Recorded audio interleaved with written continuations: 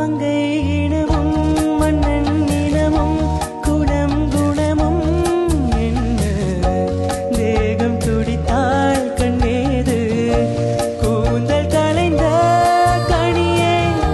கொஞ்சி சுவை